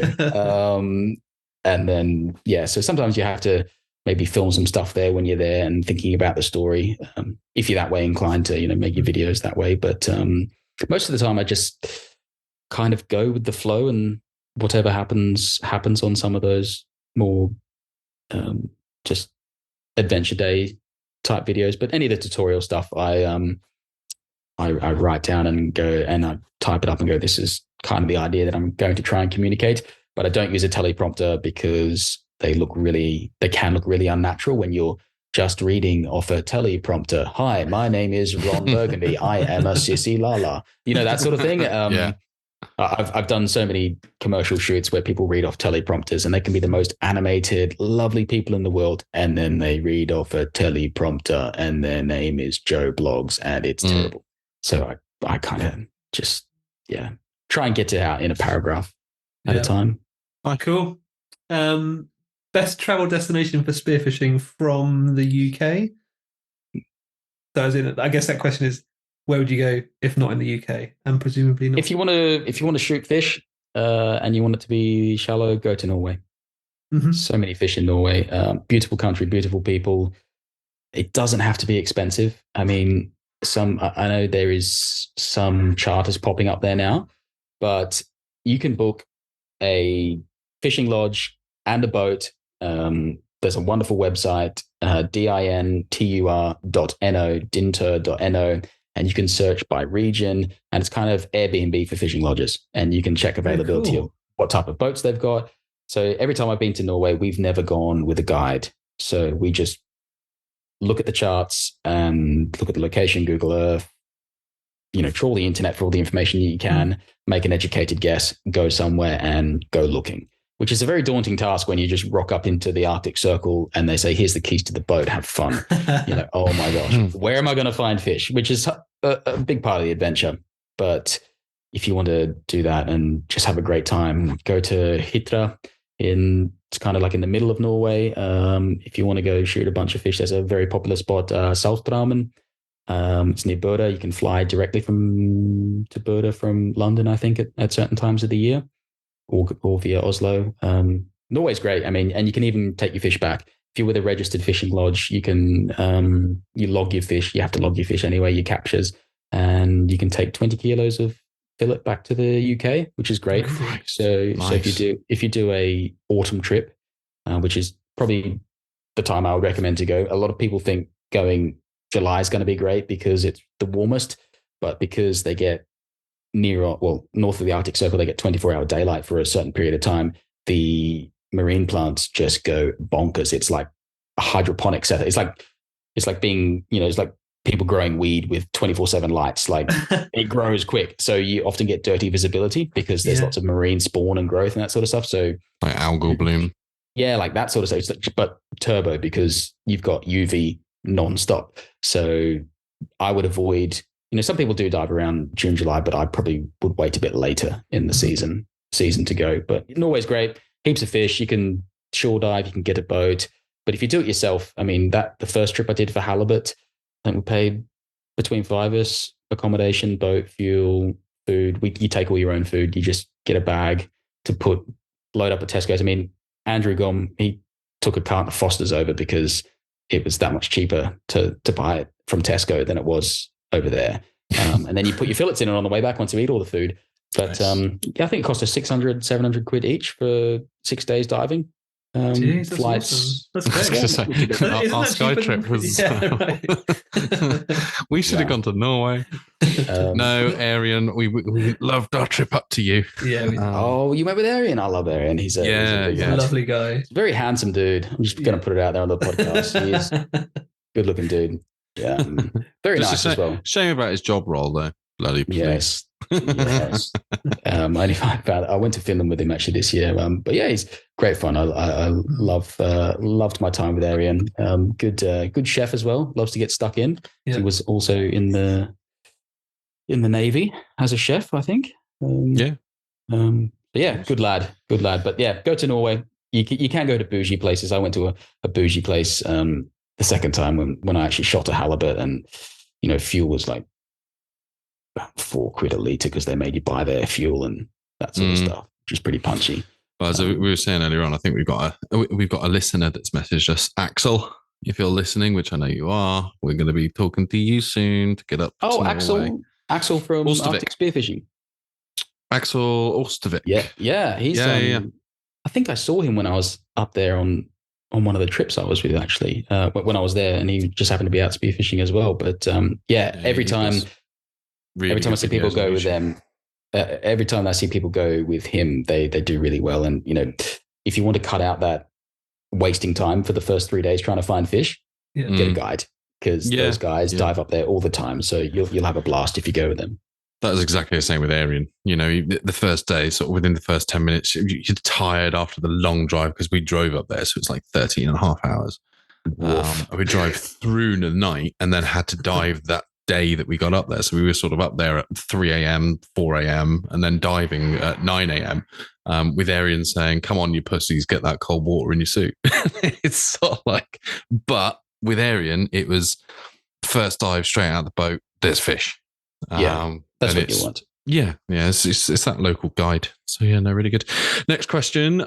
So this is kind of an either or a choice question. Okay. Talk to fish, but only in broken Spanish, or ride sharks, but only premature lemon sharks.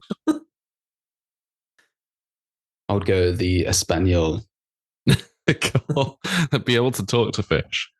Yeah, come Not here. sure who that question was from. I think you might have a few funny questions. There's more of them, Dan, I'm afraid. Yeah, no. Next one is: has he ever seen or speared a Dover sole here in the UK? I've never seen a Dover sole. Never speared one. No. I know guys. I see people every time over the summer. People are toweling them up at Brighton Pier, but I suspect they're going or they were night diving in years gone by. I mean, it's a great spot for flatties, but I've never seen a Dover sole. No, I don't really spend much time looking for them. I'm a bit lazy like that. I want to go shoot a bass in a hole like Kev Daly. That's what I want to do. Yeah, we all want to be Kev Daly. Yeah.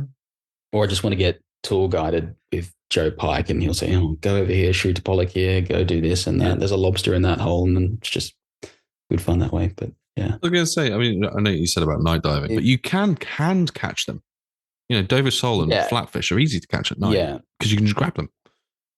Yeah, I've hand caught some fish in Denmark before, like that flatfish, but just with a knife you can jab them. The only reason I'm miffed about the EU law is because I wanted to go shoot a sea trout in Denmark, and I was going there for work a lot the year before and the year of that they brought that ban in. And I just missed out because you kind of got to go at, if you go there in May, you have to be diving at 1 a.m. because the sun doesn't, it's still pretty light at 11 p.m. sort of thing. Yeah. So I missed out on that. That was one thing I regret about the night diving, but I don't have too much interest in the night diving myself. But, if I was going to go see a massive Dover sole, I could probably be convinced otherwise. When you come down this way, we'll have to take you out for a night hand catching session. It's we have a few good spots for Dover sole around here. I would love to shoot one. Well, catch one. I'd love to eat one. Yeah, I've got loads in the freezer if ever you want any. Next question: Vegemite or Marmite? It's not even a question. Vegemite. Candy P. Not a chance. Marmite for the win. The viscosity of Marmite concerns me because it will actually run out. Thick. It's not thick. What? It's Marmite. If you look on a Marmite jar, there is a flat spot on the side of it.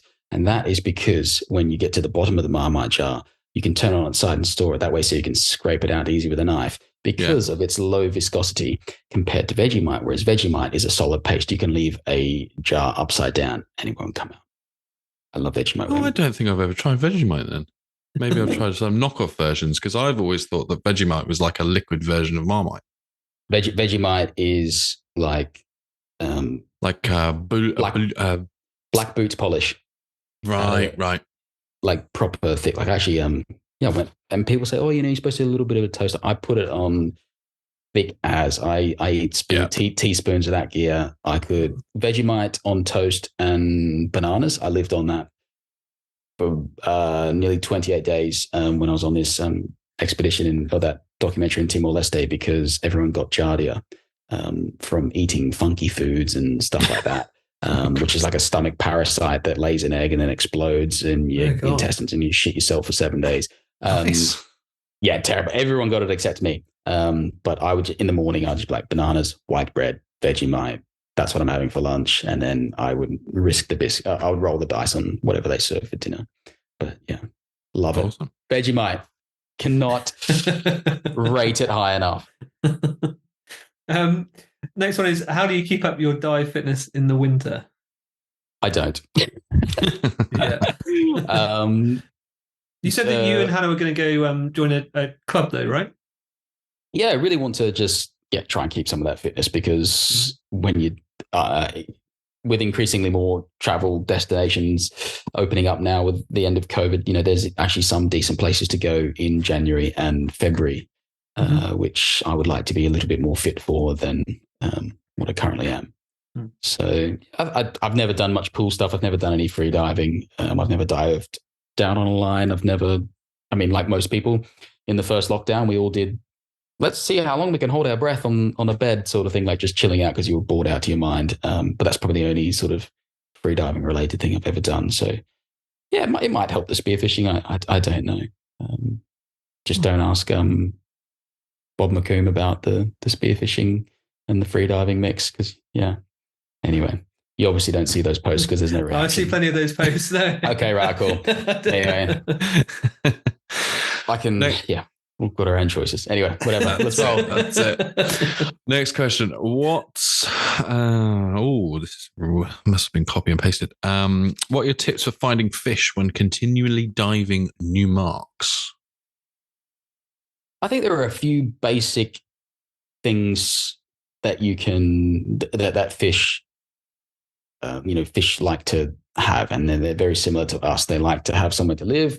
They like to have something to eat, and they like to procreate.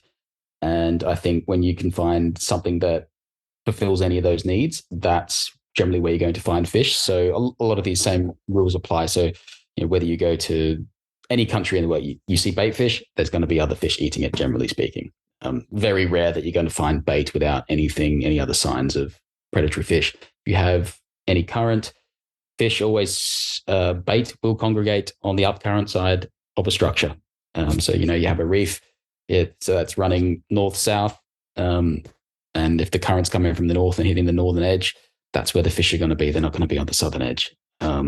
So finding new spots, so when you are diving new places, write down what conditions you went to these places, because I can tell you that there's some rocks that I would dive in Australia that are the size of a small house, and you can go there one day and there is not a single scale of a fish sitting there, and you can wait 4 hours and the tide changes and pushes from a certain direction and you can't see the bottom because there's so many fish. So just because a spot doesn't have fish on it on a particular day doesn't mean that it's a terrible spot. I mean, obviously, if you're swimming over a massive patch of sand that's got no features and nothing, it's probably not a great spot.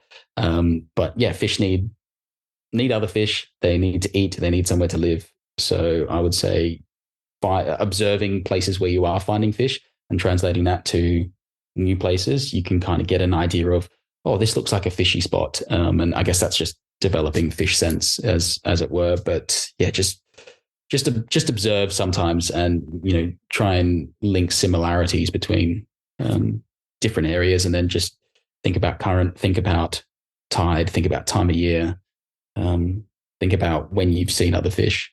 So yeah, just look, keep your eyes open. Cool. Nice one. Best and worst thing about spearfishing in Europe? Best thing about spearfishing in Europe. It's so varied. You can, there's so many different things. You can be shooting a halibut in Norway. You could shoot a massive wahoo in the Canary Islands. You could shoot a dentex in the Mediterranean. You can be shooting sargos in 3 foot of water in Portugal. There's so many, it's because it's so large, it's so varied. And the food, all these places you go to, they've all got their different methods of cooking things. So I would just say the variety. And the worst thing about Europe, I think that does kind of grinds on me. It's just everybody thinks their country's the best, which is I don't think Australia is the best country in the world. I'm just going to say it. I mean, I haven't been to every country in the world to know that, but everyone, you post a video about Greece. Greece is terrible. Come to Cyprus, it's way better. Or you post a video about Portugal. Why didn't you come to Spain? You post a video about Albania. Oh, Albania. Montenegro is way better. I'm like, hey, it's like a couple hundred clicks up the coast. It's pretty similar. Anyway, I think just that sort of people are very passionate about their own countries, and that does get a bit annoying sometimes, because they go, oh, I don't know, it just pisses me off a little bit. I'm like, I don't care what, it doesn't mean you're any better if you can, shoot a fish in Italy versus Greece. I mean, I had someone message me and say, oh, we're trying to settle the debate. Where's it harder to shoot fish, Greece or Italy? I'm like, does it matter?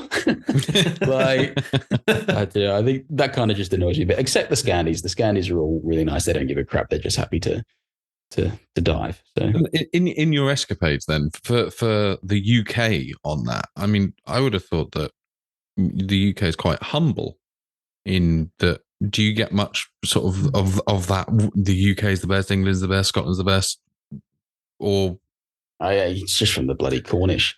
Yeah, but they have got the best bloody water out of everywhere in the UK. I don't know. Like, to be honest, if the pairs comp for the LIC pairs comp has traditionally been run at Portland Bill, and they have 6 species on the list: mullet, bass, flatfish, bream, pollock, and cod. Mm. I don't think there's anywhere else in the UK that you could reasonably expect to see all 6 of those fish in one day. Mm. Especially not cod. And we used to get a lot more there. I've never shot a cod in the UK, but 10 years ago there used to be a lot more. But still, even those other 5 fish, I mean, it's quite hard to get those. And yes, I don't know. I think the bass are bigger in Dorset and Sussex. I mean, you see what Kev Daly shoots, you see what Eric Smith shoots, you see what Mick Veal shoots, you see what all these guys, like, they're all out there toweling up. You should see what comes on the London club chat. Most of us dive Sussex because we're in London, and someone shoots a 10-pound bass most weekends in Sussex, and I don't know. I don't think Cornwall might get decent visibility, but I still think Dorset's quite varied. Devon's quite cool. Don't get me wrong, Cornwall's great, but I don't think anything is necessarily unequivocally better than another county. Just different. I mean, just totally different. Yeah. I mean, in Cornwall, most people seem to be shooting gilthead sea bream in knee-deep water in stringweed, whereas the only time I've ever seen giltheads is off Portland Bill in 30 meters in a big ass shoal. And it's just totally different. You don't have the stringweed on the coast, and it's just so varied on the UK coastline, which I think is really cool, actually. But I don't think one's better than the other, and I don't think the UK. I just think the Cornish think that Cornwall's the best, and the Cornish normally think that the Cornish are the best, and they still think that they're their own country. But never mind. Tony, just going back to what you were saying earlier on about sort of remembering everything or keeping your eyes open. Tony Sykes, a chat that we had on a while back on one of our podcasts, he was saying the same, how this year he's had a fantastic year because he's just religiously writing everything down in his notebook that I think he's now got on Amazon, and just really concentrating on what he's doing. And he also dives pretty much every fucking day. So that helps. He's shot so many giltheads this year, and you do the as they say, do the miles, get the smiles, and he's put in the time, he's put in the swims, and he's gone out there and he's been rewarded for it. And there's no reason that you may not be at the same pace because you're not diving as frequently, but you can emulate those sort of things. I'm pretty sure. I mean, one of my first spearfishing mentors, he had diaries of every dive from the 80s up until like the late 90s. Wow. And he, every time he went diving, everything. And I'm pretty sure, I've never seen them, but I'm pretty sure Kev Daly has something very similar. That's his hacks, is it? His aim. I think he's just more committed. I mean, I've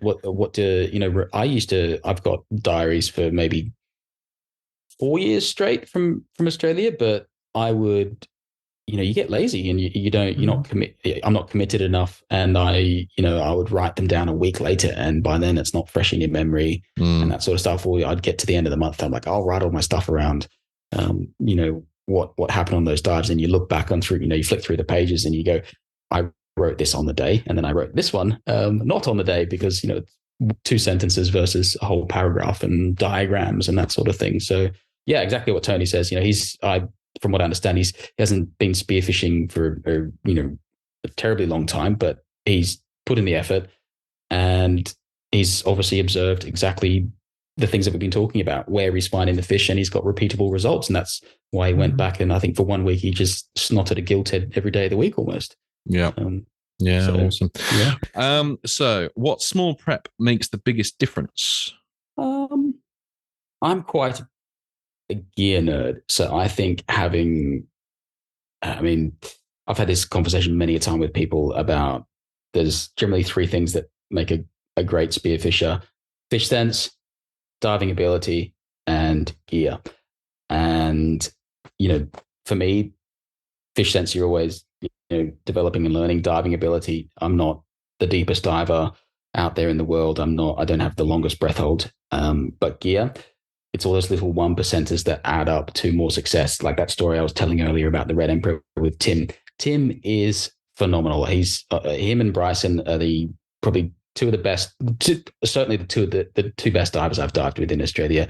I mean, I've seen them, Bryson come off a 6-week work stint, not diving at all, and second dive of the day, 40 meters. And they're insanely athletic people. They got incredible fish sense, but Tim is terrible at gear maintenance and gear. And it's cost him fish. Like I've got videos of him, shooting fish and the floppers come straight back out and he's underwater mashing his rife against the coral in frustration. I just think, and so for me, gear is something I can absolutely always, there's no excuses for me to have gear failure. I never touch wood. I don't swim out and, on a shore dive and then load my spear gun and my rubber pops or fails. It just doesn't happen because I learn how to tie my bands. I don't take any risks on a bridle looking a bit dodgy. I don't have my mono snap. I change it if there's any problems in it. And so I think the easiest preparation you can do is make sure your gear is in the best condition it can be. Tune your flopper before you go out because, you spend all this time, you swim ages, you get in a position, you find a fish, you hunt the fish, you pull the trigger, you put the spear into the fish, you've got all that way and you didn't tune your flopper and you lose the fish. You just think that is just madness not to, do something about it. I went through a stage when I was trying to shoot a wahoo. I lost 7 shafts to wahoo just from either mono not being crimped right, unlucky with sharks, floppers falling. I can remember the very first big wahoo I shot for about 25 kilos. I had it on for so long because I didn't tune my flopper. It didn't lock open. It could just flop open and close. And so when I was pulling it up on the surface, I had my rig line there and I had a second gun ready to go second shoot it. This wahoo was cooked. I dived down, I let go of the rig line and the weight of the spear slid forward. And so the water pressures closed the flopper. It gave one kick and it swam off. And I was like, that heartbreaking moment that still sticks with me 15 years later, I could have avoided. And I think just making sure your gear's tip top. And if you don't know how to tune a flopper or what it should be like, find someone that does, or I've got a video that kind of explains it. I think it's called Stop Losing Fish, something like that along those lines. But yeah, that sort of stuff is 100% preventable. So if you can, if you're not the fittest and you don't have the greatest fish sense, at least make sure your gear doesn't break. Right. Nice one.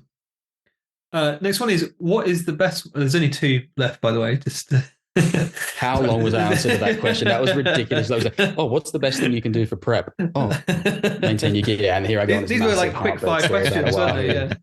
Yeah. Sorry, but this is what I was saying. I've never done a short podcast. Mate, it's terrible. I love it. What is the best way to start spearfishing as a beginner? I tell people to go do a course because you get good advice straight off the bat. But I think finding someone, courses they're not cheap. And I think that, barrier to entry is quite high if everybody has, you tailor it, you have to do a course to start spearfishing. And I think there's a bit of, there's a lot of beauty in fumbling your way around when you start something new and, learning all the things that, you take for granted that now. And there's kind of a nice learning curve. What was that? And you said, Anthony, you said something before that you didn't know about the GoPro, like that sort of stuff. You're turning on your GoPro on and off and that. Yeah.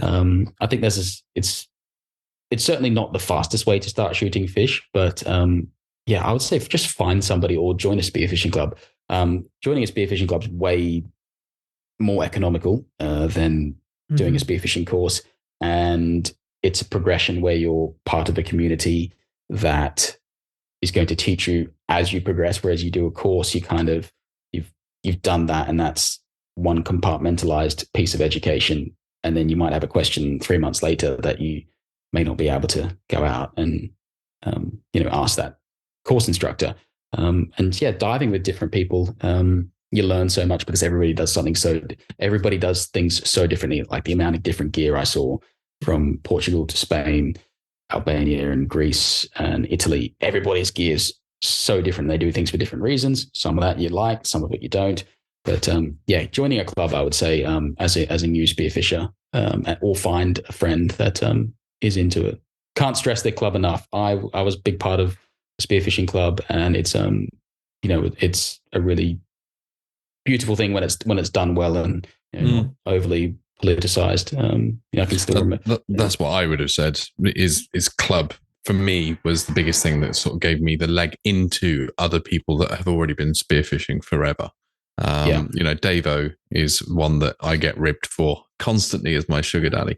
Yeah, but he's been diving since the dawn of time, so you'd be foolish not to listen to him. And other people and go into competitions and just get involved in it. The best thing I would say is for me, best way to start, just get involved as much as you possibly can and meet as many people and be as social as possible, because although spearfishers very much do not like socially sharing their secrets after a competition, and I can't remember who I was having a conversation with. So you get to a competition in the morning, nobody will tell you anything. They're not releasing their secrets. They're not telling you whether they're going left, right, up, down, nothing. No one tells you anything. Until after the competition, everyone tells you everything. And it's just, even if you were just to turn up at the end of the competition and not even take part, the amount you could learn, it's that social. As you know from those competitions, when you're saying, you said you weren't particularly competitive, I think busting your balls for 6 hours, or your ovaries, or whatever, I don't want to be gender stereotyping here. Spearer. Busting your butt for 6 hours, you even if you don't, shoot some fish, you get to see what the potential is of a spot, and you've something to strive for as well, and say, well, look, we all had the same opportunity here. And it kind of gives you that, for me, it gives me that drive. Obviously I go to a competition, I want to do well, but it also gives you that opportunity to go, hey, I'm not as good as I think I am. I need to learn some things. What can I do better? It gets you thinking about what you can improve on when you see other people's catches. My measure for how well I've done at a competition is, did I shoot everything I saw? And most of the time it's a no. But if you shoot every single fish that you see that's valid on the day, you can't do any better. Than that. You can't be too upset with yourself. But joining a club, getting involved, even just like a social competition, anything where you can just be around other people and absorb the information is really good if you're a beginner. And that's very daunting. If you've never gone spearfishing before, I would say maybe go without a gun. Don't go with all the faff. Go snorkeling as such, and do that. If you're like super box fresh sort of thing, getting into it, just don't get a gun straight away. Get a hand spear. You'll learn way more hunting technique using a hand spear. It's one thing I wish I did, is used a hand spear when I was starting out, because you just have to get so much closer to a fish. Have you done much of that? Or never? No. I've used like a hand spear maybe once or twice. I've heard a lot of advice. Use a hand spear. Don't go out with a gun. I've not heard many spearers that have actually done that. It's like the go-to advice, isn't it? But everybody just wants to get in there with a gun. Of course they do. Yeah, it's just, it's. I think it's one of those pieces of advice. It's like, if you want to get fit, go run 5 miles every day. Hey, cool story, bro. Awesome. It's probably good advice. Yeah. Final question: best eating fish in Sydney. Best eating fish in Sydney. You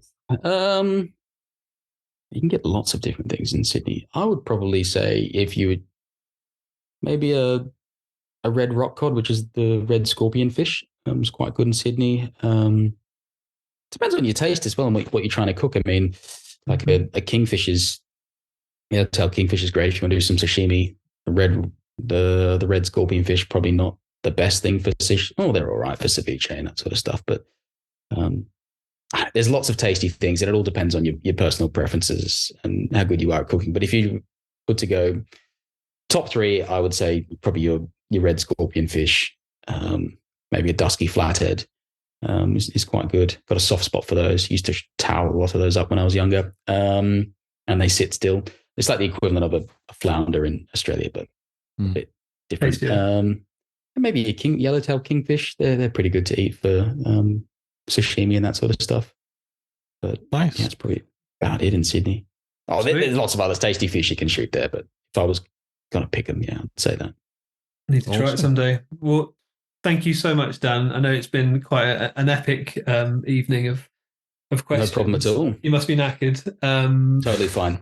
For those of you, the listeners that don't know where to find you and your contact details and YouTube channel and stuff like that, do you want to just give us a quick where can we find you? If you go to youtube.com/Daniel Mann, you'll find me there. Or if you type in Spearfishing Daniel Mann, you'll find that on YouTube. Same on Instagram. If you want to send a message, it's weird. YouTube doesn't really have a DM function, so you can't really send direct You messages. just got to comment, haven't you? Mm. You got to comment, yeah, and then sometimes YouTube flags it up and says this is inappropriate because whatever, I don't know. Or if you put a link in, your comment doesn't get shown. But send me a message on Instagram. I'll eventually get to it when that goes to a message request folder and that sort of stuff, and you got to dig into it. But anyway, shoot me a DM on Instagram. It's probably the easiest way to get in touch if you want to. Yeah. Perfect. Well, thank you very much for coming on. It's been an absolute pleasure, and we wish you all the best of luck. Getting to that 1 million. It's But we want a really good video. We want a really good video of that plaque for 1 million. Yeah, I'll promise to do something not as anticlimactic. But and if I come to a competition, I'll dig out my plaque out of a box that's in a storage unit at the moment. That'd be great. You can actually order, if you ever get a YouTube channel that gets to 100,000, you can actually, they give you a card and you can order, multiple copies. Then you can just email and say, and pay for it. They give you the first one for free, but I think you can buy additional ones because, some channels are obviously made of more than a single individual. So if you know someone and you want them to get a plaque, you can get whatever you want written on it as well. You can change it. Oh, nice. You can you can buy one on eBay. I'm sure you can buy one on eBay for sure. Nice. But yeah. Cool. Awesome. Well, thank you very much again. And we hope to see you next year. And we in the flesh. That's it. And look forward to all the videos coming out with all of those 4 terabytes of stuff you've got to sift through. Yes. Thank you very much. Awesome. Cheers, Dan. Cheers, Dan. Wow, that was amazing as usual. Christ, he's got some bloody information in him, that boy. Yeah. But, and he talks. He was really good fun, actually. And there's obviously some stuff that we won't put in the podcast that we discussed after when we stopped recording. But he's just a lovely guy, isn't he? Yeah, he's a really, really genuine bloke. Yeah. The bits that we had a chat after the recording of the podcast, there's some really good ideas, and very much looking forward to seeing his channel grow, and hopefully a few of the ideas come to fruition. But we've got dirt on you now, Dan. Well, I actually feel a bit honoured because I kind of feel like a listener because obviously I wasn't partaking in the episode, but I managed to actually get to listen to it, obviously, because we uploaded it to Drive, but I listened to it and I managed to listen to all of it, which, unedited, which obviously the listeners aren't going to be able to do. So it was awesome. Loved it. Really, really good episode. And the guy's just like next level there. He's fantastic. He's so easy to talk to, and he's just got so much information, so much knowledge, because he's been spearfishing 20 years, and even in the last 12 months, like he was saying in the podcast, he's been to 12 different countries or dived at 12 different countries. That's crazy, man. This year it's like absolutely fantastic. What a very lucky legend. Yeah, cool. We got some good info on Norway as well, didn't we? So I think that'll be in the group a little bit later. Get started on the planning of that trip. Or you lads want to get up to Norway next year, don't you? Yeah, that's it.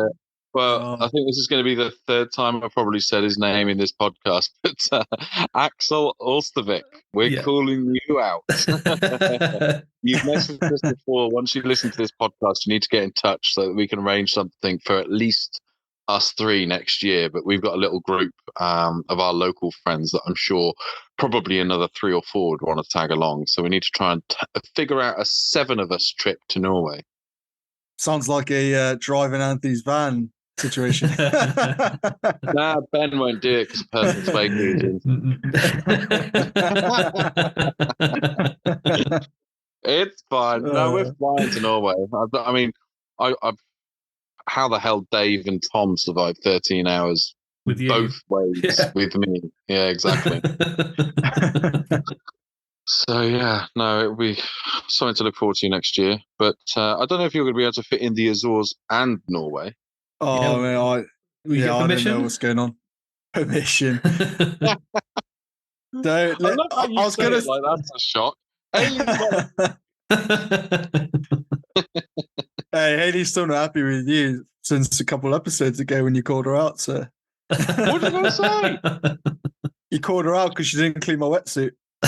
Oh yeah, well that's fair enough. Haley, what are you doing? Have you still not watched the wetsuit?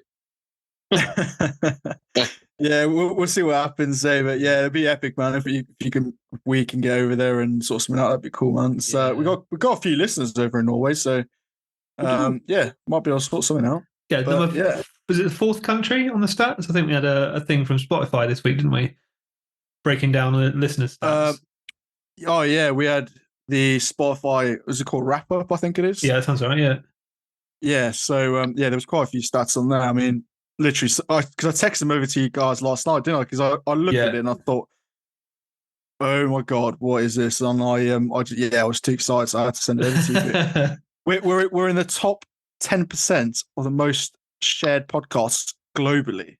Yeah, I thought that was epic. And the listeners scored your podcast 4.8 out of 5. So these stats are amazing. Yeah, thanks so much, everybody. And we're in the top 10% most followed podcasts globally. It's insane. That is, like us 3 idiots. Can you even imagine? Yeah, it's crazy. Thank you, everyone. We're really, we're thankful for the support, and we're going to keep doing it and keep getting really good, cool guests on. Absolutely, that'd be amazing. Well, as Rich was saying at the beginning of the intro, there's the competition.